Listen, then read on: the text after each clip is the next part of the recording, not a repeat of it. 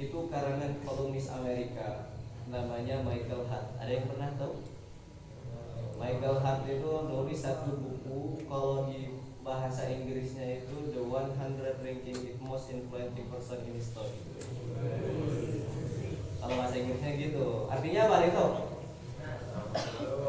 Apa 100 tokoh yang paling berpengaruh sepanjang peradaban di dunia. Termasuklah di dalamnya ada Adolf Hitler. Tahu Adolf Hitler? Pencetus Nazi Jerman. Ada Mahatma Gandhi. Tahu Mahatma Gandhi? Ada Julius Caesar. Ada ada siapa lagi tuh? Ada yang menemukan ilmu gravitasi? Isaac Newton. Ada Albert Einstein. Pokoknya sederet tokoh-tokoh besar dunia ada di situ. Tapi yang paling menarik apa? Michael Hart itu saking sampai buku ini kontroversial, meletakkan nama baginda Muhammad SAW bahkan di atas Nabi Isa Al-Masih itu pada urutan pertama. Ini bukunya sempat kontroversial ya. Sempat ribut loh, kenapa kok Nabi Muhammad itu diletakkan pada urutan pertama? Karena di sini kita sadar bahwasanya tidak ada pemimpin di dunia ini yang akhirnya bisa mengubah peradaban dunia kecuali Nabi besar Nabi Muhammad Sallallahu Alaihi Wasallam. Siapapun pemimpinnya tidak ada yang bisa mengalahkan hingga kini, dari kini hingga nanti, yaitu Nabi Muhammad Sallallahu Alaihi Wasallam. Makanya kita itu mesti berbangga ketika ditanya kepada kita, siapa Nabi kamu? Nabi Muhammad Sallallahu Alaihi Wasallam. Sampai-sampai ensiklopedia Britannica Inggris Raya itu mencatat Nabi Muhammad itu satu-satunya pemimpin yang terlengkap. Tidak ada pemimpin-pemimpin yang akhirnya bisa mengubah masyarakat sedunia itu kecuali Nabi Muhammad SAW. Cuman berlandaskan satu, yaitu Nabi Muhammad pengen menetapkan dalam diri kita kalimat la ilaha illallah. Bukankah kita sebagai muslim itu hanya ingin ketika kita lahir dengan kalimat la ilaha illallah, ketika kita mati dengan kalimat la ilaha illallah, dan ketika kita bangun dibangkitkan lagi dengan kalimat la ilaha illallah. Alhamdulillah. Kemudian di pagi hari ini adalah pagi yang Masya Allah sejuk banget ya. Pagi yang kalau kita hirup udaranya itu dibandingkan dengan siang hari atau sore hari atau ketika malam sekalipun, maka udaranya lebih indah ketika di pagi. Makanya di antara kita ada yang ngantuk gitu. Ada yang ngantuk, kalau ada teman yang ngantuk di sebelahnya tuh dipijit aja. Sampai-sampai Imam Hasan Al-Basri itu mengatakan, ini terlepas dari saintis ya, terlepas dari ilmu IPA. Imam Hasan Al-Basri itu mengatakan, kok kenapa udara di pagi hari itu sejuk banget? Kok kenapa udara di pagi hari itu adem banget? Kalau katanya Imam Hasan Al-Basri, karena udara di pagi hari itu tidak bercampur dengan udara orang-orang munafik. Orang munafik itu Pak, kalau disuruh bangun subuh itu susah banget. Ada di antara?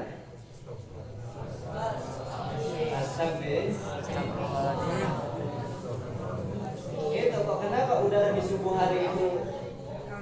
Kenapa kok udara di subuh hari itu sejuk banget? Kok kenapa udara di pagi hari itu indah banget? Karena udara di pagi hari tidak bercampur dengan udara orang-orang munafik. Orang munafik kalau disuruh sholat subuh, kalau disuruh sholat isya itu susah banget. Makanya di sini kalau katanya Imam Hasan Al-Basri, ternyata udara kita yang kita hirup sekarang kenapa itu sejuk? Kenapa itu adem? Karena tidak bercampur dengan karena tidak bercampur dengan nafasnya orang-orang munafik. Kemudian tadi juga kita bisa sholat subuh berjamaah. Bukan, sebelum sholat subuh kita ada sholat tahajud gitu ya. Ada sholat tahajud sini?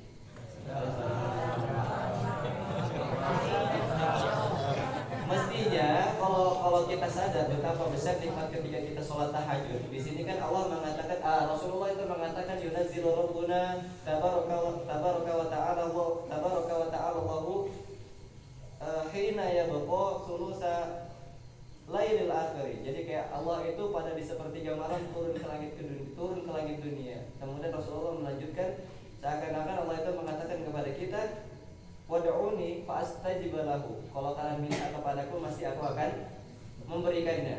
Kalau kalian meminta pertolongan kepadaku, maka aku akan memberikan pertolongan kepada kalian. Kalau kalian beristighfar kepadaku ketika di malam di sepertiga malam terakhir, maka aku akan memberikan ampunan kepada kalian.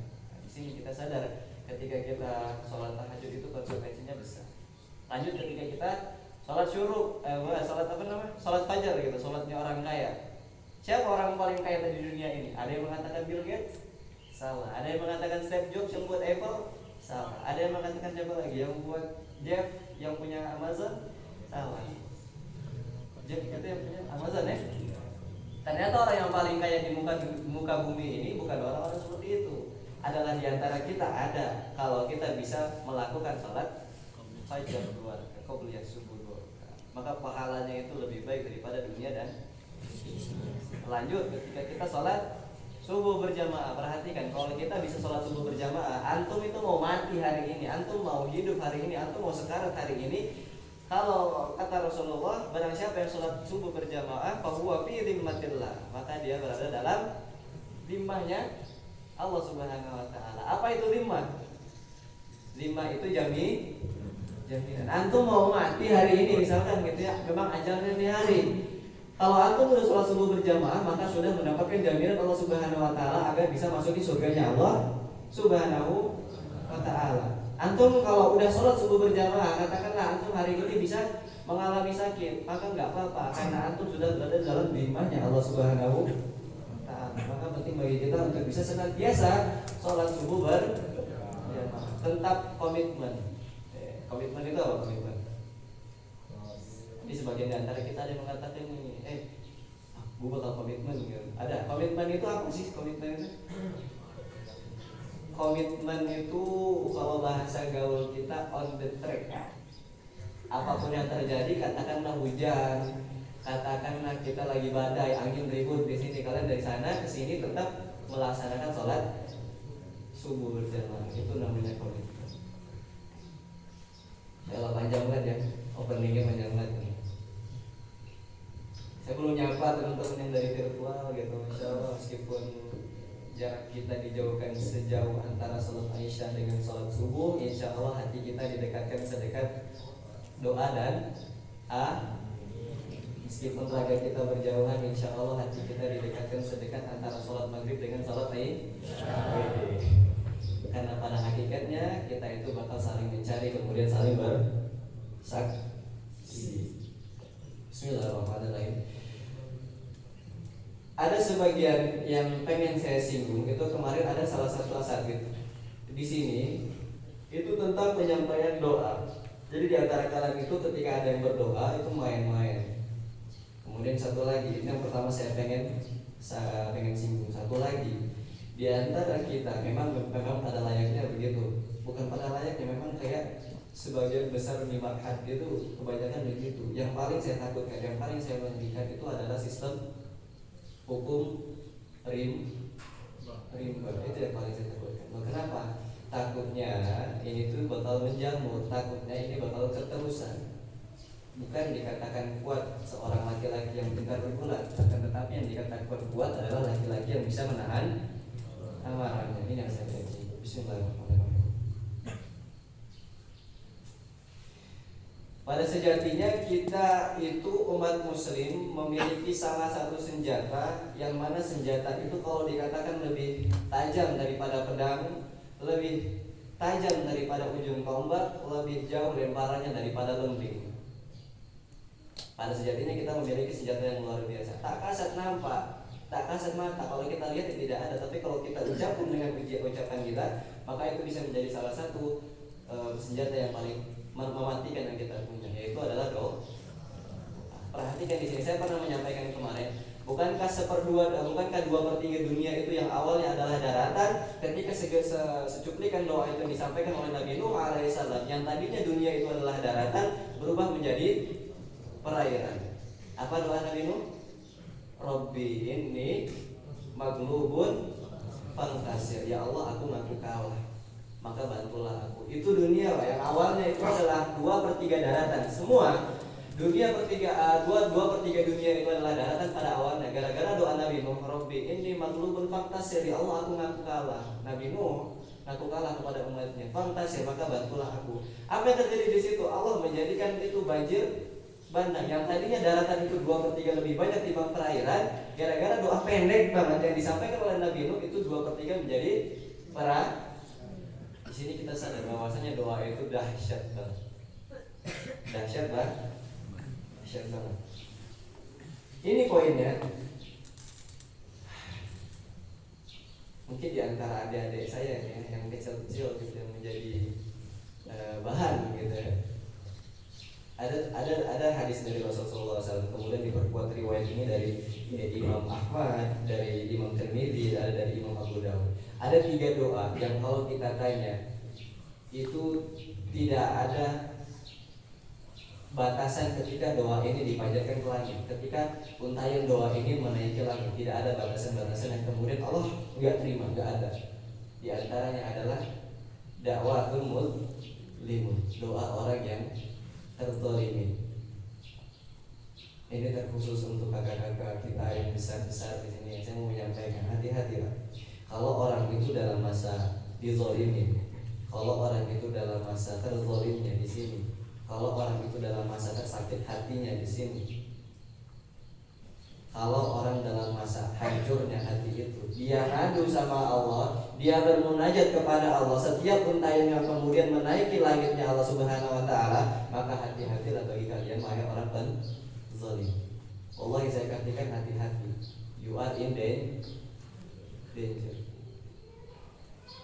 Yang aslinya meskipun katakanlah seorang hamba ini adalah hamba berdosa, hamba ini hamba yang kurang maksiat, tapi karena bentuk rahmatnya Allah Subhanahu wa taala, hamba ini terzalimi, orang yang menzalimi, kemudian orang yang terzalimi ini mengatakan, ya Allah saya dizalimi, ya Allah saya disakitin oleh si ini dan si ini, fulan dengan fulan, maka bantulah ya Allah. Untunglah kalau lisan ini mengatakan yang baik-baik itu masih mending, tapi kalau lisan yang mengatakan ya Allah bantulah aku dengan cara sedikitlah berikan azab kepada dia, maka you are in danger.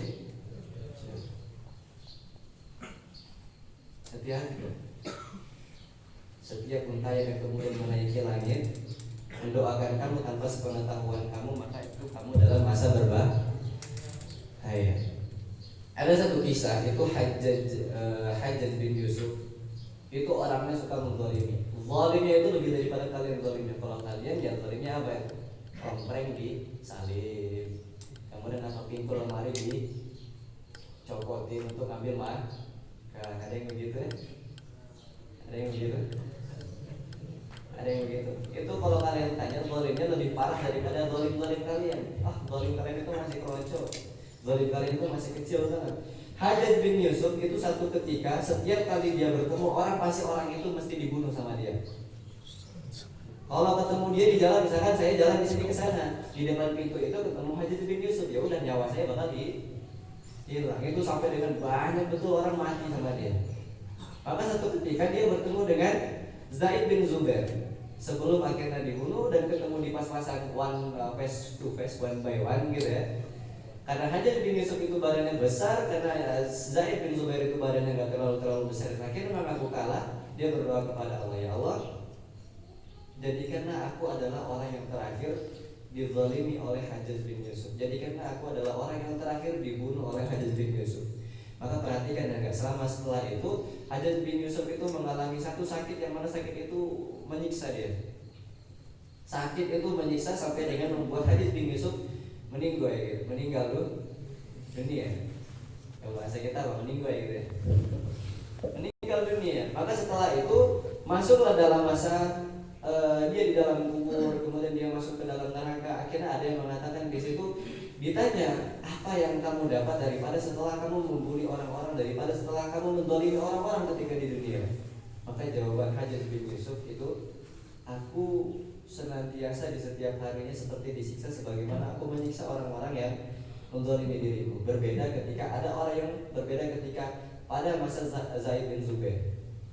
Dia mendoakan aku karena dia terzalimi oleh diriku, maka apakah yang terjadi? Allah memberikan hukuman kepadaku adalah hukuman yang 40 kali lipat timbang aku memberikan hukuman kepada aku membunuh orang-orang di luar daripada saya. Lo perhatikan ya, Allah itu memang benar meletakkan namanya itu Allahur Rahman, Allahur Rahim, Allahu Ghafur, Allahur Halim gitu, yang maha lembut. Tapi kok kenapa Allah itu di setiap Al-Quran, di setiap ayat-ayatnya itu nggak pernah lepas ketika menceritakan neraka, itu nggak pernah lepas daripada kalimatnya inna adzabila syadid, inna adzabila syadid. Allah berapa kali mengatakan itu dalam Al-Quran. Loh kenapa? Gampangnya gini, ini Ustaz, siapa namanya? Ustaz Dimas, kalau saya tinju sakit wajar. Tapi kalau siapa nama kamu yang di sini? Zudi, Ahmad Zudi. Tapi kalau Ahmad Zudi ini yang kecil, yang belakang nggak kelihatan. Zudi boleh berdiri sedikit. Ini boleh sedikit. Ini Ahmad Zudi nih namanya. Dibandingkan Ustaz Dimas yang badannya luar biasa. Jangan lama-lama. Kalau si Ahmad Zudi ini meninju daripada Ustaz Dimas sampai mengatakan ya Allah ini perih banget, ya Allah ini pedih banget. Berarti ada apa-apanya dengan tinjuan daripada Ahmad Zudi. Lo perhatikan sampai Allah mengatakan Allah itu zat yang tidak pernah merasakan sakit. Allah itu tidak pernah merasakan yang namanya pedih. Allah itu adalah zat yang tidak pernah merasakan sakit sama sekalipun. Tapi kok kenapa Allah menggunakan kalimat inna adzabila syadid untuk setiap nerakanya? Karena kenapa? Karena besar dahsyat daripada neraka ini. Sampai-sampai Allah yang tidak merasakan yang namanya sakit, Allah mengatakan yang namanya pedih. Inna adzabila syadid. Allah mengatakan pedih terhadap azab. Itu Allah yang nggak pernah merasakan yang namanya pedih. Allah yang nggak pernah zat yang tidak pernah namanya merasakan namanya sakit. Nyambung ya betapa dahsyat neraka di sini. Nyambung ya. Itulah kenapa Allah menggunakan kalimat inna adzabila syadid. Maka itu konsekuensi ketika orang terzalimi. Tadinya saya mau menyampaikan tentang adab-adab di sini. Loh, adab-adab kan kita sudah biasa. Mungkin Ustaz siapa Ustaz saya sebelum di sini Ustaz Jailani gitu ya, menyampaikan tentang at-tibyan. Itu tibyan itu fi hamalatil Quran. Itu kan tentang adab-adab semua. Nah, tapi ketika di sini saya mau menyampaikan ada untayan doa yang kemudian dahsyat banget. Kalau kalian menzalimi adik kelas atau adik kelas menzalimi kakak kelasnya, ada nggak kayak gitu? Ini anak-anak kelas 1 menzalimi anak-anak kelas 6, ada nggak kayak gitu? Keras betul lah. Atau Ahmad Zudi ini apa namanya meninju kepala siapa ini kelas 6, ada gitu? Nggak ada. Ada yang gitu ya? Kalau ada yang begitu ya masya Allah, nggak masalah. Sampai kita tadi kan dengan ceritanya Imam Sudais gitu. Ada yang tahu ya Imam Sudais kenapa bisa menjadi Imam Masjidil Haram? Karena satu waktu dia berbuat kesalahan kepada uminya, kemudian uminya alhamdulillah uminya punya lisan yang luar biasa. Apa? Uminya terzalimi, kemudian uminya mengatakan, ya Allah jadikanlah anakku ini sebagai imam di Masjidil Haram. Kalau pas-pasan umi kalian bukan seperti uminya Imam Sudais, tapi uminya Malikun, dan apa yang terjadi di situ? Jadi Pak,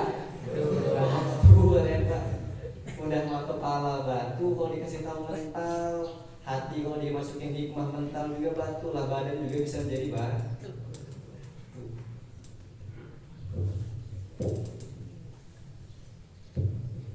Maka hati-hati untuk orang-orang, untuk teman-teman, untuk kakak-kakak yang menzalimi gitu ya. Nah, cuma satu di sini yang saya menyampaikan, kalau kita terzalimi, maka kalau kita memang tidak ridho, tidak ada keridhaan sama sekali dalam diri kita, maka Allah itu kan bentuknya adil di sini. Allah itu maha adil. Kalau kita katakan terzalimi, kita dicuri motor. Kita bilang, ya Allah tetangga aku mencuri motor aku, maka azablah dia dengan cara hilang mobilnya. Kan itu kan berlebih ya, nggak ada bentuk keadilan sama sekali. Memang bentuk ini adalah bentuk daripada dia berdoa kepada Allah. Tapi ketika dia itu berdoa, ya Allah hilangkan mobil dia, nah, ini kan nggak adil. Maka apa yang terjadi? Allah itu memang mengambil harga yang sesuai dengan harga yang dia ambil. Contoh yang hilang motor kamu gitu. Apa sih yang seharga dari mobil itu? Motornya apa? Paling pintunya yang hilang ya. Kalau nggak apalagi spionnya yang hilang gitu. Pokoknya seharga mobil. Nah berlebihnya kalau kalian minta doa ya Allah hilangkan mobil, separuh harganya kalau itu adalah lebihnya maka akan dibalikan lagi kepada kamu. Nyambung? Jadi yang lebih doa kamu itu nanti bakal balik lagi kepada kamu. Maka mintalah dengan keadilan Allah. Kalau kamu itu terzalimi, betul-betul terzalimi, mintalah. Tapi jangan jadikan prime time ini kamu jadikan sebagai doa untuk menyakiti orang. Malah enaknya kamu menjadikan doa untuk kamu sendiri. Karena prime time doa, tahu ya prime time doa? Prime time itu apa? Waktu terbaik. Ya, prime time itu waktu terbaik. Bukankah iklan marjan selepas bulan Ramadan kita tidak pernah menyaksikannya, tapi ketika masuk bulan Ramadan apa yang terjadi? 1 bersambung 2, 2 bersambung 3, sampai dengan akhirnya masuk hari raya. Ini adalah prime time. Kenapa kok Marjan itu nggak di luar daripada bulan Ramadan? Ada iklannya. Karena di sini adalah waktu terbaik dia untuk mempromosikan dia. Iklan rokok, Pak. Pagi pernah nonton iklan rokok? Enggak. Siang ada kelihatan iklan rokok? Kapan iklan rokok hadir? Oh, ini orang-orang begadang semua gitu ya. Malam. Loh, kenapa malam? Karena untuk menyaksikan TV itu paling banyak adalah orang-orang di malam hari. Adalah yang begadang gitu, ada yang gabut nonton TV gitu, ada yang nonton Trans TV, ada yang nonton Trans 7 gitu, ada yang nonton Book Office gitu ya. Karena orang paling banyak untuk ketika menonton TV adalah di malam hari. Ini adalah prime time rokok itu untuk mengiklankan dirinya. Mana bayaran yang paling mahal? Bayaran iklan yang paling mahal itu di pagi hari, siang hari, timbang malam hari itu nggak ada apa-apanya dibandingkan malam hari. Jadi paling mahal itu malam hari. Ya wajar, karena banyak pasang mata yang kemudian menyaksikan iklan rokok tersebut. Loh, sama kayak doa. Doa kadang-kadang kalau kita berdoa sama Allah, ya Allah sekarang saya pengen haji deh gitu. Sekarang besok, kalau enggak nantilah bentar lagi gitu. Nah, doa sama gitu sama Allah itu kan ada bentuk prime time-nya. Lah kapan? Tadi ketika kita dalam musafir, ketika kita dalam perjalanan. Nah, kalau dalam perjalanan itu perbanyak doa.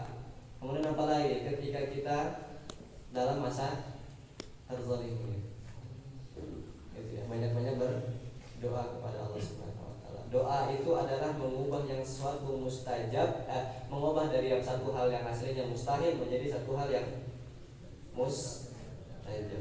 Itu adalah doa. Padahal kemarin saya di sini itu pengennya menyampaikan tentang bagaimana di antara kalian itu kok ada yang lagi halako itu naik ke atas selama istilahnya itu apa sih? Madol ya. Madol kalau istilahnya. Istilahnya itu kalau anak orang nggak tahu ya, madol itu apa sih? Madol lah ya, kabur. Madol lah itu berasal dari kata dolar juga, tuh bisa sesat mereka. Pergi yang aslinya harusnya tujuan mereka ke halako malah pergi ke WC, jalannya berbeda, jadi dolar. Sesat jalannya. Nah, tadinya saya mau menyampaikan ada bagaimana cara kita untuk bisa senantiasa istiqomah mengikuti rasa istiqomah agar senantiasa bisa beribadah kepada Allah, agar senantiasa bisa dalam hal. Itu tadi tentang itu pembukaannya. Saya tadi cuma pembukaan untuk doa tadi ya, boleh ya? Panjangan nggak tuh?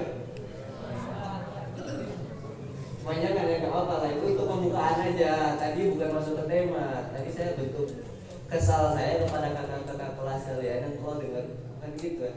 Kalau dari atas itu terdengar jelas suara teriak-teriakan kalian. Jadi kalau kalian itu tengah malam lah, ada yang sore-sore, nah itu teriak di asrama tebing gitu ya, terdengar sampai atas. Nah jadi kan kedengaran banget itu apa yang terjadi, apa yang mereka teriakan itu terdengar. Nah jadi saran saya, nggak perlu saya bolak-balik menyampaikan tentang adab. Bukankah kemarin ketika kita mos pertama kali saya bertatap muka dengan kalian adalah penyampaian adab dari Ustaz As'ad, dari Ustaz Febri gitu ya. Maka di sini saya mau menyampaikan tentang orang yang menggolimi itu, maka hati-hati. Kalau bahasa Inggrisnya itu his hurt, you are in danger gitu. Kalau dia tersakiti maka kamu dalam masa berbahaya. Allah bisa membuat kamu maniak, itu bisa. Allah bisa membuat kamu sampai sekali jadi, itu bisa. Kalau dia dalam hal terzot ya. Itu pembukaan, maaf ya agak panjang dikit kita pembukaannya, agak syahdu juga pembukaan. Nah jadi di sini saya mau menyampaikan satu hal, nggak apa ya? Ini tentang bagaimana kita itu untuk senantiasa istiqomah. Kalian halako, kalian nggak pergi ke masjid, kalian kalau lagi taklim ini nggak ngantuk ya, kalian yang ngantuk sini. Siapa nih namanya? Masya Allah. Biar kalian yang nggak ngantuk, biar kalian sholat itu nggak memiliki rasa beban, biar kalian itu ketika setoran tidak memiliki rasa beban sedikit pun, biar kalian itu dalam ayo halako gitu, kalian nggak pergi kemana-mana. Maka yang rasa paling pertama kali kita tumbuhkan dalam diri kita adalah rasa cinta. Ganteng banget tidurnya.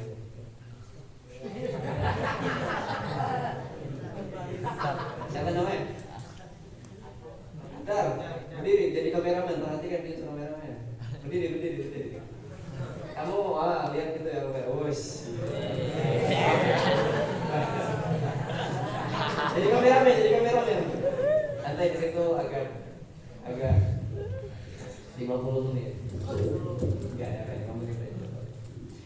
tumbuhkan rasa cinta. Ini memang agak bucin ceritanya, cuma nggak apa-apa, ini mesti kita sampaikan kepada kalian. Saya bolak-balik baca buku itu tentang siapa? Tentang Laila Majnun. Ada yang pernah dengar cerita itu? Nggak pernah dengar? Nggak ada yang pernah dengar cerita itu? Laila Majnun. Perhatikan di sini, saya mau menyampaikan sedikit daripada scan yang dimiliki oleh Laila Majnun. Ini agak bucin ya, untuk teman-teman yang nggak suka bucin, sama saya juga nggak suka bucin dan sebagainya. Tapi ini memang sebenarnya bucin betul.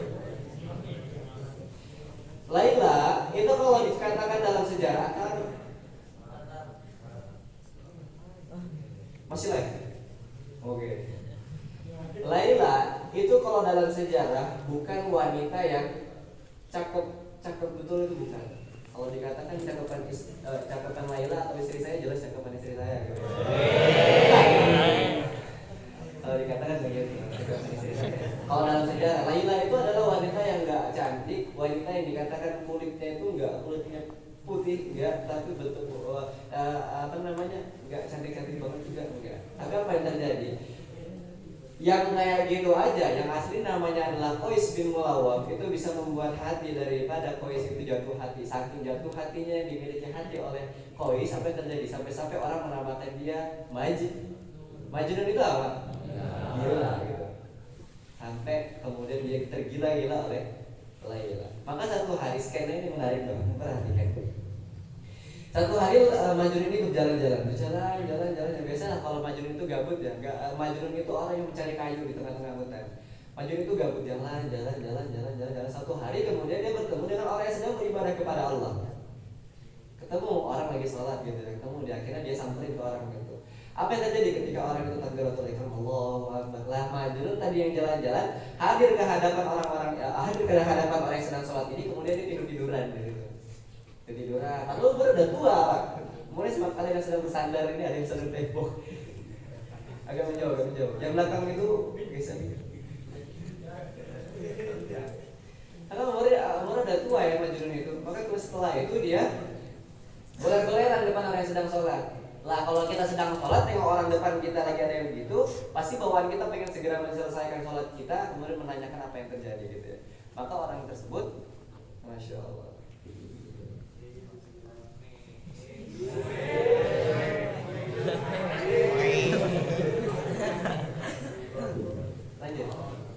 lanjut. Maka setelah orang tadi selesai sholat, apa yang terjadi? Wahai Qais, wahai Majnun, saya ini loh sedang sholat.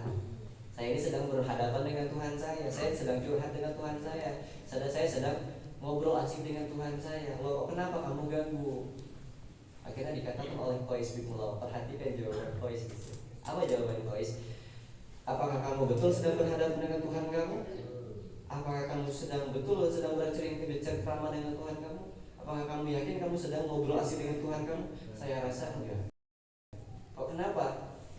Karena saya ketika dari desa saya pengen ke desanya Laila, meskipun apa yang terjadi ketika dalam perjalanan saya, ada pesawat jatuh di sebelah saya, ada mobil tumburan di sebelah saya, ada apalagi ada burung sedang makan harimau, ada harimau sedang makan sapi di sebelah saya, maka mata saya tidak akan berpaling kepada semua itu, karena mata saya akan tetap menghadap kepada desanya Laila. Keren ya jawabannya. Maksudnya apa di sini? Kalau memang kalau memang tujuan kita itu berhadapan dengan Allah Subhanahu wa taala, apapun yang menjadi rintangan bagi kita di sini, apapun yang menjadi rintangan kita di sebelah kanan kita, di sebelah kiri kita, di atas kita, di bawah kita, kalau kalian dikatakan, ayo kita sedang halakoh, jalannya itu lurus, tinggal datang ke halakoh, nggak perlu belok ke WC. Di WC ngapain? Betul lamanya di situ. Balik ke atas, meriksa lagi ompreng. Nggak tahu saya meriksa kalian dengan ompreng di situ ada apa? Apa lagi? Balik lagi ke kamar. Nah ternyata dari sini kita sadar kalau cinta itu sudah bersemi dalam diri kita, tidak ada kata susah untuk kemudian bisa mendekatkan diri kepada Allah. Makanya yang paling pertama adalah tumbuhkan rasa cinta. Nyambung sampai sini? Kemudian ada satu scan menarik juga, perhatikan di sini. Tadi kita membahas tentang sebuah doa ya. Tadi kita openingnya tentang sebuah doa. Satu waktu si Laila ini mengadakan satu pestanya gede banget. Pestanya ini pesta luar biasa. Maka Majnun gak diundang. Gelagat, siapa Qais bin Mulawak gak diundang oleh keluarganya Laila. Gitu. Maka apa yang terjadi di situ? Kan Majnun ini orangnya pede gitu ya. Mau gua diundang, mau gua gak diundang, gua bakal tetap hadir gitu. Lah datang di situ maksa. Datang ke pernikahan tersebut, dia heran loh, kenapa orang sedang ngantri makanan di depan rumahnya Laila. Heran gitu. Akhirnya si Majnun ini ikut ngantri di depan rumahnya Laila untuk bisa ngambil ompreng lah kayak gitu. Nah tapi kalau kalian ngambil piring sendiri ya. Nah tapi kalau kejadian seperti itu di dalam cerita itu Laila lah yang memberikan piring kaca. Nah, maka perhatikan guys ini, ketika ngasih satu lewat lagi hadirinnya, ngasih satu lewat lagi hadirinnya, ngasih satu lewat lagi hadirinnya. Maka ketika sudah masuk ke masanya Majnun untuk menerima piring, apa yang terjadi di sini? Laila itu akhirnya membanting piring yang harusnya diberikan kepada Majnun. Orang-orang tertawa. Alhamdulillah Laila sadar. Umi sama abinya Laila mengatakan, ya Allah anak aku sudah sadar, gak suka lagi sama orang gila. Orang-orang tertawa semua, berbahagia semua. Termasuklah di situ yang tertawa adalah Majnun.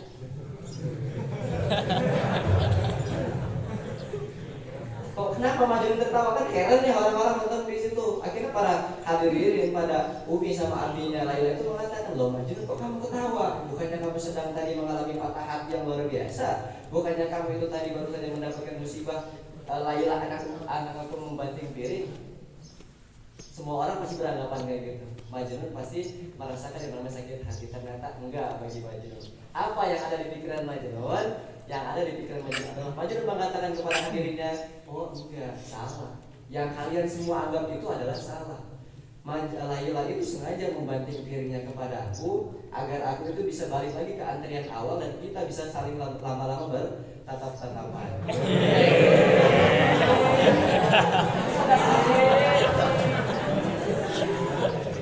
Keren ya? Majnun itu. Jadi kalau kalian mau belajar cinta itu sama orang gila, harusnya sama Majnun. Agar saya dengan Laila itu bisa balik lagi dan saling bertatap-tatapan dengan lama. Itu. Nah maksudnya apa? Jadi kalau kalian itu sedang menghafal Al-Quran, ada satu halaman gitu susah banget, kok kenapa ini susah banget ya? Kok kenapa ini susah banget masuk ke kepala saya? Maka perhatikan jawaban Majnun, maka pakailah dengan jawaban Majnun. Berarti ayat ini sedang pengen berlama-lama tatap-tatapan dengan saya. Berarti ayat ini sedang lama-lama pengen ngobrol dengan saya. Itu kalau kita paham. Bukan karena Allah benci, bukan karena ayat ini susah pengen masuk kepala kita karena benci, bukan. Tapi karena ayat ini rindu kepada kita, ayat ini sedang lama pengen lama-lama bercengkrama dengan kita, makanya sengaja dijadikan ayat ini susah masuk kepada otak kita. Kalau satu hal itu sudah masuk kepada otak kita, cara kita untuk bisa, kalau orang bahasa gampangnya itu, kalau kita mendapatkan perempuan itu dengan PDKT yang luar biasa susah banget, maka untuk bisa tersematkan namanya dalam hati kita pasti bakal lama untuk berulang. Sama begitu. Ayat itu kadang-kadang ketika susah menghafalnya, contohnya surah Yusuf ya. Yusuf itu susah betul lah kalau bagi saya. Karena itu Allah lagi storytelling. Lagi di situ saya susah banget, tapi sekarang kalau ditanya mana ayat yang paling gampang, mana ayat yang paling saya ingat, yaitu surat Yusuf. Karena saya lama-lama bertatap-tatapan, karena saya lama ngobrol dengan surat Yusuf, makanya yang paling teringat dalam hati saya itu adalah surat Yusuf. Itu sekian yang diajarkan oleh Qais bin Mulawak. Ada lagi satu skema yang menarik, mau lanjut? Ada juga ya? Ada satu skema juga. Satu waktu, jadi kan si Majnun ini tadi kita tahu bahwasanya dia adalah pencari kayu di dalam hutan. Ya, pencari kayu di dalam hutan. Saya ini paling bucin menurut saya. Dan saya agak cringe kalau menyampaikan tentang bucin begini. Jadi satu ketika si Majnun itu sakitnya itu yang harus membuat badan dia itu dibedah, membuat badan dia itu kayak dibuka gitu. Sampailah dia datang kepada tabib, diantar oleh teman-temannya. Sampai di tabib, akhirnya mulai ditanyakan oleh tabib tadi. Tabib itu dokter ya kalau kita katakan sekarang dokter. Jadi dokter itu mengatakan, wahai Majnun, kayaknya sakit kamu ini berat. Kamu punya sakit yang nggak biasa, harus dibedah di sini. Apa jawaban Majnun di sini? Nggak mau. Saya takut untuk dibedah. Loh, kenapa takut? Bukankah kamu itu adalah orang yang sering keluar masuk ke dalam hutan? Bukankah kamu adalah orang yang sering ketemu harimau? Bukankah kamu adalah hewan yang sering ketemu binatang buas? Tapi kok kenapa untuk dibedah kamu malah merasakan namanya takut? Perhatikan jawaban Majnun di sini. Saya takut. Kenapa? Karena ada Laila yang tersakiti. Kok kenapa Laila tersakiti? Bukannya ini badan kamu? Betul Pak Dokter, ini badan saya. Tapi di seluruh tubuh saya, di setiap darah yang mengalir, di setiap gumpalan darah-darah ini, yang kalau Bapak potong itu bakal mengundang sakit bagi Laila. Karena di dalam tubuh saya ada Laila.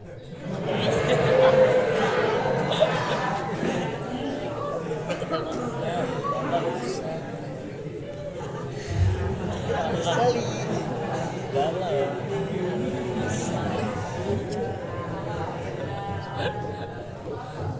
Udah. Ini bisa jadi alasan kalian untuk imunisasi kalau disuntik. Sedangkan Pak, saya takut ada yang tersakiti. Karena ketika Bapak pengen suntik vaksin bagi saya, karena di dalam tubuh saya ada siapa? Ada Doi saya.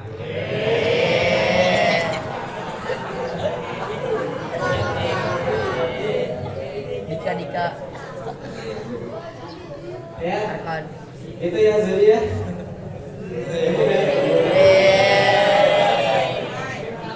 ini bos Salting. paten Apa jawaban Majnun? Karena di dalam tubuh saya Pak Dokter ada Laila. Saya takut ketika saya dibedah itu malah badannya Laila yang tersakiti. Badan saya nggak sakit Pak Dokter, tapi yang tersakiti badan Laila. Badan saya memang nggak tergores sama wahai dokter, tapi yang tergores adalah badan Laila. Ini bucin banget. Tapi apa di sini yang terjadi? Loh, ini kalau kita sadar, ini kan sebuah pelajaran singkat yang kalau kita tahu, kalau kita sudah meletakkan cinta kita kepada hati kita, kalau kita telah meletakkan cinta itu kepada diri kita, maka apapun yang terjadi kepada orang yang kita cintai itu tersakiti, pasti kita merasakan yang namanya sakit. Contoh paling gampang, ibu kita tersakiti, disakiti oleh tetangga. Kita loh sebagai anak laki-laki, yang apa bedanya anak laki-laki itu paling dekat dengan ibu. Jarang ada anak laki-laki bisa dekat dengan bapak.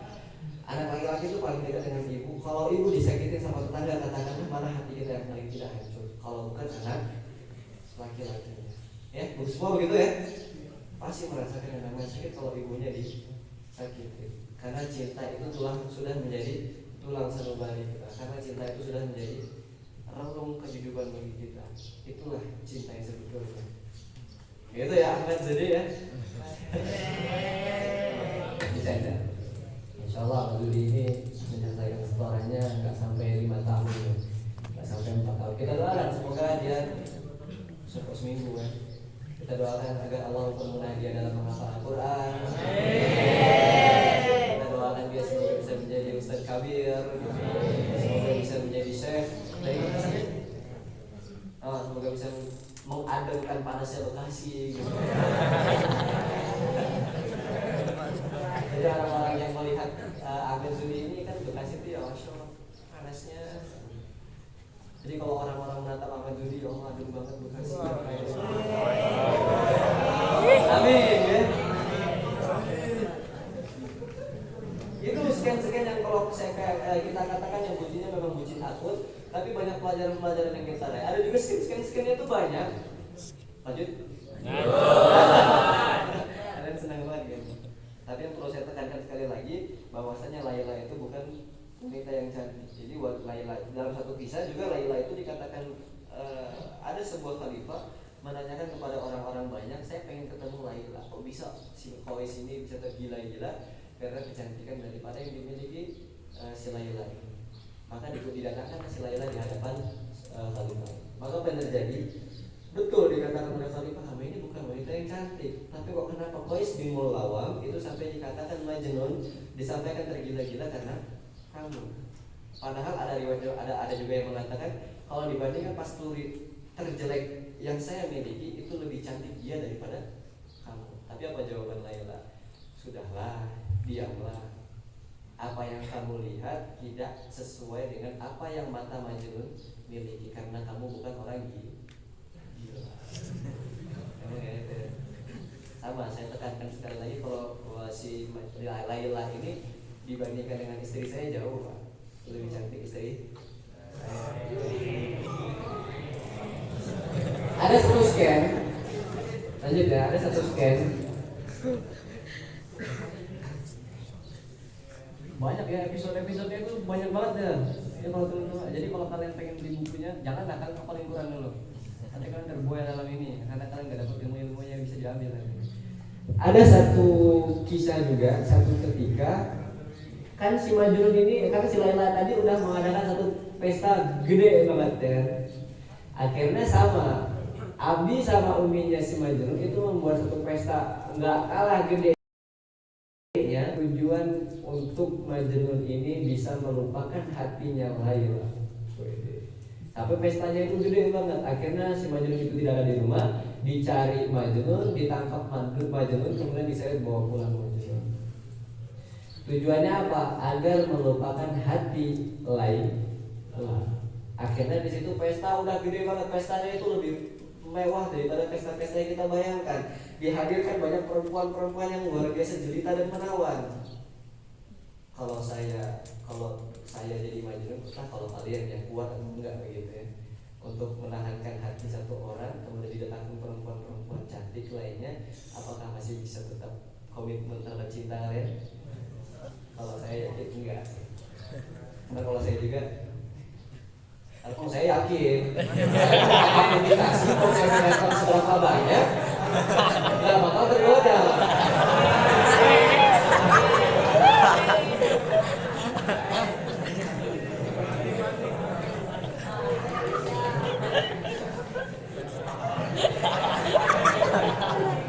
Adik. Ya, saya ulangi sekali lagi, kalau didatangkan perempuan sebanyak mungkin, meskipun itu lebih cantik, saya nggak bakal tergoda.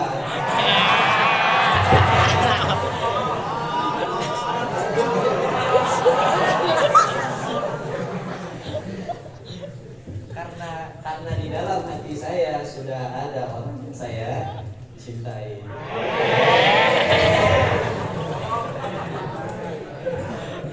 Nggak tahu kalau kalian ya, karena kan belum ada. Nah, apa yang terjadi di situ? Udah ya, lanjut ya. Lanjut di situ. Akhirnya apa yang terjadi? Karena Majnun itu rasa cinta kepada Laila udah luar biasa cinta ya. Akhirnya apa di situ dikatakan oleh Majnun? Seakan-akan Majnun ini mengirim surat kabar kepada Laila, karena Laila tidak diundang dan tidak diperkenankan hadir. Majnun mengirim satu suratnya itu kalau kita terjemahkan susah gitu. Jadi seakan-akan Majnun itu mengatakan kepada Laila, ini bahasa kiasan ya. Kiasan itu bahasa yang kalau kita bahasa secara langsung nggak paham. Nah, tapi apa di situ? Wahai Laila, aku sudah ditawarkan berbagai macam hati. Tapi seakan-akan kalau kamu itu nanti pada akhirnya akan diberikan satu cawan kebencian agar kamu itu bisa melupakan aku. Di satu sisi lagi, kamu akan diberikan cawan anggur agar kamu itu bisa menerima dan menggantikan diriku dengan yang lebih baik. Laila nangis. Nangis. Karena Laila nggak sanggup merasakan kesedihan untuk bisa ditinggalkan, untuk bisa di-ghosting doi-nya. Maka perhatikan dilanjut tuh, surat itu dilanjut. Maka Laila, bedakanlah antara nafsu dengan cinta. Nafsu itu akan membuat kamu hancur dan akan memiliki rasa penyesalan yang berkepanjangan.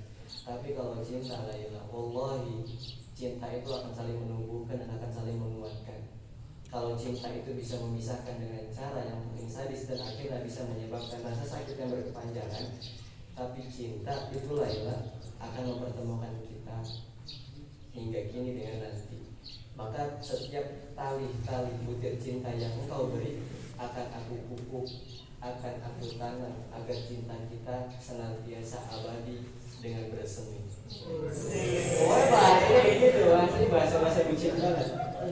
Aku haramkan diriku wahai Laila untuk melakukan hal-hal yang akan membuat kamu marah, dan aku halalkan kepada diriku dengan berbagai macam cara agar kamu itu bisa mendapatkan keriduan kepada diri. Maksudnya apa di sini? Orang loh ya. Kita udah mau habis tapi nggak apa lah ya. Ini sekian nggak suka saya mau ceritakan ini. Tapi memang butuh kalian. Supan pagi-pagi gini. Tapi kalau di sini kita sadar, kok kenapa sampai kalimat terakhir Majnun itu mengatakan kepada Laila, wahai Laila, aku haramkan diriku untuk tidak melakukan apa-apa hal yang membuat kamu murka, karena gunung pun akan hancur ketika mendengar kabar bahwasanya kamu itu sedang murka.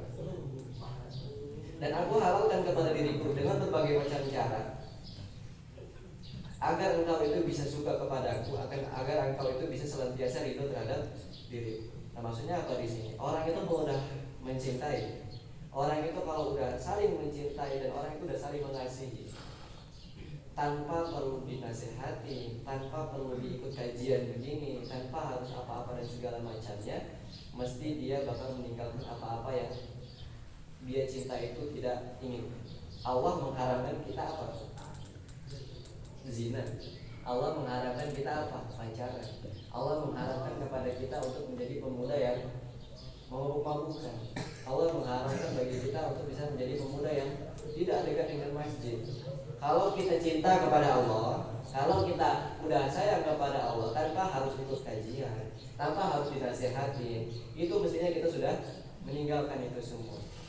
Kalau kalian sudah cinta kepada ustadz kalian, kalau kalian sudah cinta kepada asatidz kalian, tidak perlu digubuk, tidak perlu di apa-apa segala macam untuk berangkat ke masjid. Ketika azan dikumandangkan Allahu Akbar, itu sudah melangkahkan kaki kita dan mengayunkan tangan kita menuju ke masjid. Syaratnya apa, Cid?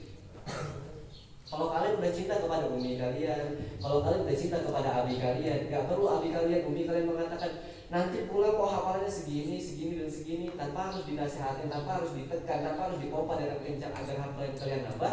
Kalau rasa cinta sudah berkecamuk dalam hati, maka itu semua bakal terobati, bakal senantiasa jalannya itu lempeng gitu, jalannya itu adem, gampang. Maka syarat paling pertama adalah mencintai. Nyambung ke sini? Itu pelajaran tentang kode. Jadi kalau saya saranin kalian pengen beli buku Laila Majnun, saran saya jangan dulu, karena takutnya kalian malah ya Allah lucu banget gitu. Takutnya begitu.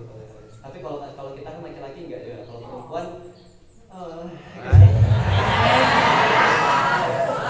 kalau perempuan bakal begitu. Tapi memang kalimatnya bucin betul ya. Kalau kita kan laki-laki, oh gila saya banget sih Majnun nih gitu. Gue mesti begini, gue mesti begini. Kita kalau kita atau mungkin di antara kita mencari pena atau mencari spidol warna gitu, karena banyak kutipan-kutipan bucin itu yang kalau kita utarakan kepada hati seseorang lah itu bakal melek. Kan di antara kalian bakal ada yang coret ini bakal aku pakai nih. Jadi saran saya untuk kalian yang sekarang jangan. Saran saya untuk usia yang sekarang kalian itu jangan. Tapi kalau kalian udah tahu antara ba'ah itu kemampuan kalian bisa menelaah ini adalah pelajaran di sini. Jadi untuk kelas 12 atau kelas 11 atau kelas 10 lah, jangan kelas 10 itu masih ini masih nyangkut juga ke pengalaman kelas 9. Jadi kalau kelas 11 sudah matang-matang gitu, kelas 12 sudah matang-matang juga, kelas 13 yang daurah ini udah tua semua nih. Jufri mana nih? Satu lagi udah tua-tua semua ini. Ya kalau untuk kalian mengurangi kalian ya nggak apa-apa, cocok. Karena udah tahu pelajaran-pelajarannya. Tapi kalau kita baca secara sekilas yaitu jangan deh. Yang tadinya pengen ngapal malah bucin. Astagfirullah. Sumpah pagi gitu ya. Kalau kalian pagi selingkuh, jenuh gitu. Jalannya adalah cinta. Orang kalau udah saling mencintai, Itu tanpa harus dikatakan apa ya bahasanya itu manggil orang yang dicintai itu apa sih bahasa kita? Hah? Bebs. Tanpa harus dikatakan saya mau ini dong, saya mau coklat dong gitu.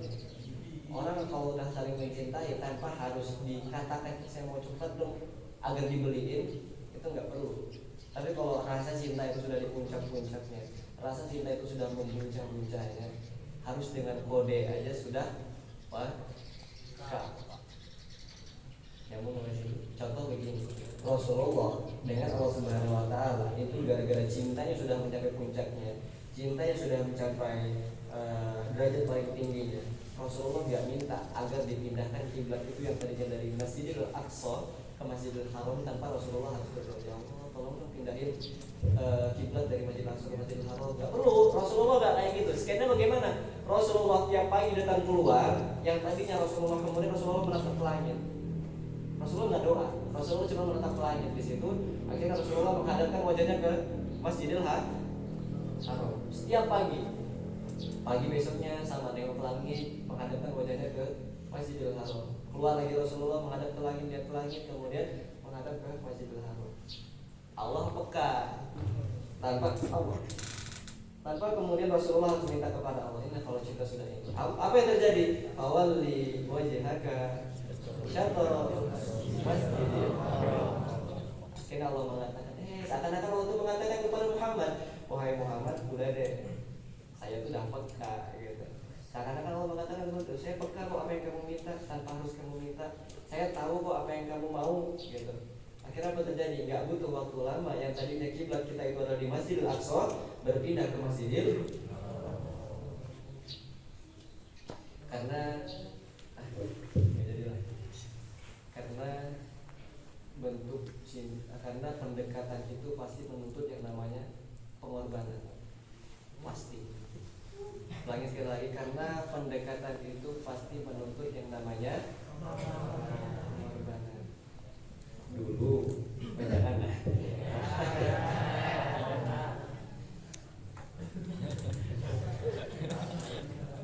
Karena kalau kita nonton sinetron, sinetron itu demi untuk mendapatkan hati seseorang kan kita tahu punya ada TV ya semuanya. Kan ya kita TV pasti tahu lah sinetron yang ya kita tahu lah sinetron Indonesia itu bagaimanapun ceritanya kita tahu. Sejam. Yang ditumbuh pinggang, yang berdarah kepala, yang diamputasi kaki. Itu kalau sinetron Indonesia kita sudah tahu ceritanya semua. Nah, jadi ada satu ketika, saya bukan maksudnya saya nonton sinetron, saya tidak suka nonton sinetron, bahkan saya nggak pernah nonton sinetron sekali deh. Azab gue deh. Orang meninggal dikejar gas LPG. Balik lagi ke kutipan kita yang pertama, ternyata pendekatan itu pasti membutuhkan, pasti menuntut yang namanya ada di scan daripada sinetron itu. Untuk laki-laki ini nggak usah deh masa sinetron lah, kita ambil kisah daripada Cinderella. Atau Cinderella Barbie sih, tentang Barbie. Ini adalah cerita-cerita dari orang-orang Kristen. Jadi sama tuh, kalau kita di masjid itu ada tausiah begini, tapi kalau orang Kristen terdahulu itu mereka menceritakan kisah-kisah hikmah gitu. Jadi ada termasuk di dalamnya cerita Cinderella. Jadi kan kita tahu ada pangeran yang kemudian Cinderella itu adalah wanita desa gitu ya. Wanita desa, kemudian ada undangan untuk berdansa. Apa yang terjadi di situ? Jadi setelah si Cinderella ini datang gitu ya, dan si pangeran ini untuk mencari mana yang pas untuk bisa berdansa dengan dia, maka dicari-cari nggak pas-pas. Akhirnya datanglah Cinderella. Karena Cinderella itu perwujudannya adalah bisa berubah ketika jam 12 malam. Karena waktu yang diperlukan Cinderella itu cuma 2 jam untuk bisa berdansa dengan pangeran. Berdansalah kemudian si Cinderella ini dengan pangeran. Dansa gitu ya. Maka setelah masuk jam 12, jam 11.50-an, 5 menit lagi, kan istana tuh gede lah ya. Agar tidak ketahuan perwujudan daripada apa namanya Cinderella yang sesungguhnya, maka akhirnya lari dari ruang utama lari ke pintu jauh betul sampai memakan waktu 4 menit turun tangga naik tangga gitu. Maka sesampai di situ kan kita tahu kisahnya sepatunya dia tinggal di situ. Pangeran yang tadinya pengen masih berdanda ngejar si Cinderella ini. Yang tertinggal hanyalah sebuah sepatu. Tadi balik lagi, ternyata kutipan kita, ternyata pengorbanan itu, ternyata pendekatan itu pasti membutuhkan yang namanya pengorbanan. Apa yang terjadi di situ? Yang cuma dapat adalah sepatunya. Dicoba akhirnya di seluruh desa mana sepatu yang pas di kaki perempuan itu. Ternyata kita di sini tahu pangeran itu mengorbankan waktunya, mengorbankan istananya, mengorbankan rapatnya. Mungkin dia nggak ikut rapat waktu itu. Mungkin dia meninggalkan makan siang jamuannya. Untuk tujuannya untuk apa? Untuk bisa menemukan mana sepatu yang pas dengan kaki yang dimiliki oleh wanita itu. Nyambung sampai sini? Ternyata pendekatan itu pasti membutuhkan yang namanya pengorbanan. Cara kita untuk bisa menjadi keluarga Allah bagaimana?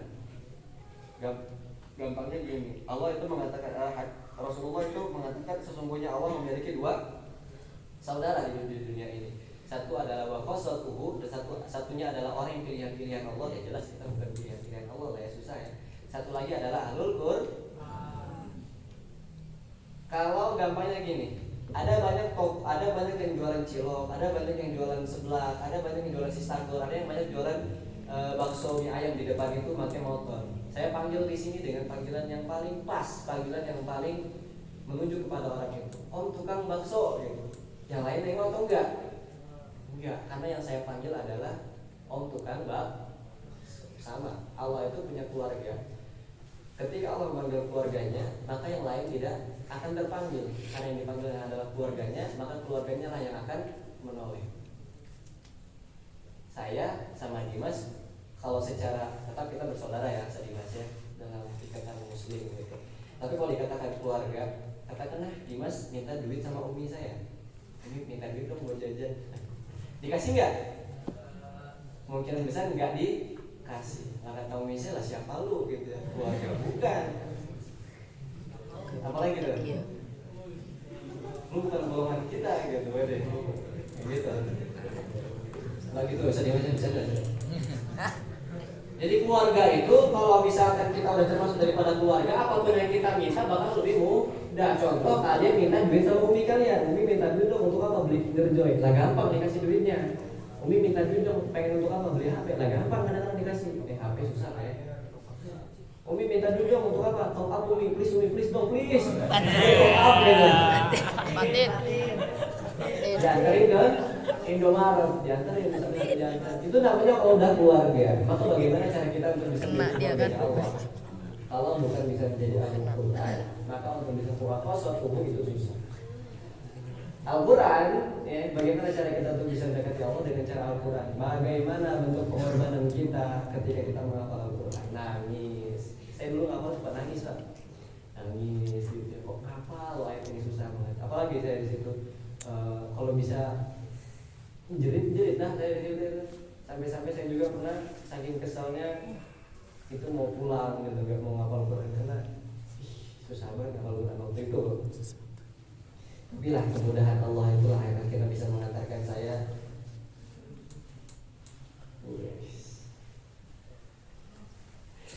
Ya, akhirnya gara-gara kemudahan Al-Quran lah yang akhirnya saya bisa mengatakan dapatkan ini. Siapa yang masukin ini di sini? Bukan orang sembarangan lah. Itu gara-gara waktu kita lebih 5 menit nih, gimana? Kalian gabut ya? Gabut? Enggak gabut. Enggak gabut, boleh. Tapi dapat ya poin intinya. Wanci ya untuk abang kelas, apalagi saya agak spesifik ingin menyampaikannya ini bersama ini. Jadi untuk kan kenapa diantara kita itu apa sih namanya dibuatkan satu istilahnya itu pasukan, ada ya pasukan yang kalau saya lihat kadang-kadang saya lagi keluar itu ada yang lagi gerak jalan gitu. Tujuannya apa? Tujuannya pengen melindungi gitu. Tapi kenapa kenapa malah melegitimasi. Saya nggak mau pakai ini, takutnya kedengar orang. Takutnya begitu, malah menindasi. Yang saya dengar kabarnya itu malah menindasi adik-adik kelas kalian, Pak. Kelas berapa sih yang megang itu? Kelas 11, 12? Kelas 11. Itu pengaduan dari setiap anak kepada orang tuanya, itu kan nyampe pesan-pesannya kepada kita yang asatid. Nah, jadi saran saya nggak mau lagi menyampaikan tentang adab di sini, nggak mau. Tapi yang saya sampaikan di sini adalah ketika ada orang yang terzalimi, apapun bentuknya, orang itu ridho, orang itu nggak ridho, tapi setiap kata untayan yang kemudian menaiki langit, maka hati-hati. Bisa, Pak. Orang mati gara-gara sebuah doa itu bisa. Orang mati gara-gara sebuah bahkan dunia itu bisa menjadi berubah perairan gara-gara sebuah doa. Dan kamu bisa menjadi sukses juga gara-gara sebuah doa. Nah, jadi saran saya sudah hentikanlah, karena nggak akan ada kebahagiaan di atas kalian itu menindasi orang lain. Saya ulangi, nggak ada kebahagiaan di antara kebahagiaan kalau kalian senantiasa tetap menindasi orang lain. Perhatikan kata saya, camkan kata saya, nggak ada pesta yang tidak usai. Kalian boleh berpesta di kelas 11, di kelas 12. Kalian boleh nyuruh adik-adik kelas kalian ngambil makanan. Kalian boleh membongkar lemari adik-adik kelas kalian untuk bisa mendapatkan makanan. Tapi perhatikan kata saya, nggak ada pesta yang tidak usai. Semua pesta pasti akan usai. Semua pesta pasti akan dimintai pertanggungjawaban di setelahnya. Pasti. Bahkan dalam hadis itu dikatakan, kalau kalian itu sudah memiliki amal yang banyak, kalau kalian itu sudah memiliki amal ribuan amal, tapi ketika ada kalian berbuat salah kepada orang lain, kalian berbuat zalim kepada orang lain, Allah katakan itu dalam hadis qudsinya, biarkan amalan hamba ini, saya tidak akan mau menerimanya sampai dengan dia bermaaf-maafan dengan orang yang dizaliminya. Kalian hafal Quran sekarang, oke, saya katakan mau kalian selesai hafalan itu sampai 20 kali putaran, mau kalian sampai berapa kali sekali duduk, nggak ada hitungannya sama sekali, nggak ada nilainya sama sekali kalau kalian itu senantiasa berbuat zalim kepada adik-adik kelas. Nyambung? 11 paham ya? 12. Ini saya wanti-wanti dari sekarang, karena memang itulah yang Allah tekankan kepada kalian. Kalian sholat tahajud, kalian hafal Quran di sini capek-capek di sini, tapi kalau kalian ada berbuat zalim kepada adik-adik kelas kalian, wallahi saya katakan amalan kalian susah bakal diterima oleh Allah Subhanahu wa taala.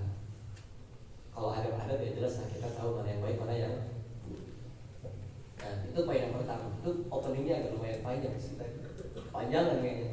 Nah, poin yang kedua, untuk segala aspek kehidupan kita, untuk senantiasa bisa dekat dengan Allah Subhanahu wa taala, tumbuhkan rasanya yang namanya cinta. Jadi kalau kalian mau beli bukunya, banyak itu di Gramedia. Karena janganlah, nanti ada waktunya kalian bisa membaca gitu. Gak mungkin Atar baca buku gitu kan. Atar baca buku gitu, ada scan yang menarik ini. Dikit ya, tambah 5 menit ya. Ada scan gini tak, mungkin kalau kamu bacanya, saya juga bakal kemarin itu, ya Allah ini lucu banget, saya pengen gini. Enggak, saya saya maulah kayak gini. Udah saya kutip, udah saya catatannya gitu untuk menyampaikan kata-kata gitu. Jadi kata-katanya itu coba deh. Enggak jadilah. Insyaallah next time kita akan angkat ini lagi, karena memang biasanya film itu membuat kita apa sih besoknya gitu kan biasanya. Atau pertemuan kita besok bakal agak sedikit tentang opening tentang cinta kembali, dan kemudian setelah itu kita akan membahas satu hal yang luar biasa, bagaimana ini kelas 11 dan kelas 12 itu mengatur kepemimpinan. Baik ya? Dapat poinnya sampai sini? Dapat ilmunya ya? Semoga Allah memperpanjangkan usia kita dalam hal kebaikan. Semoga Allah memperpanjangkan usia kita dalam hal ketaatan. Semoga Allah memberikan usia kita yang muda ini diberikan kemudahan ketika kita menghafal, kemudian hafalan yang kita pegang tidak senantiasa kabur. Kita tutup dengan doa kafaratul majlis. Da'wahum fiha subhanakallahumma wa tahiyyatuhum fiha salam wa akhiru da'wahum alhamdulillahi rabbil alamin. Assalamualaikum warahmatullahi taala wabarakatuh.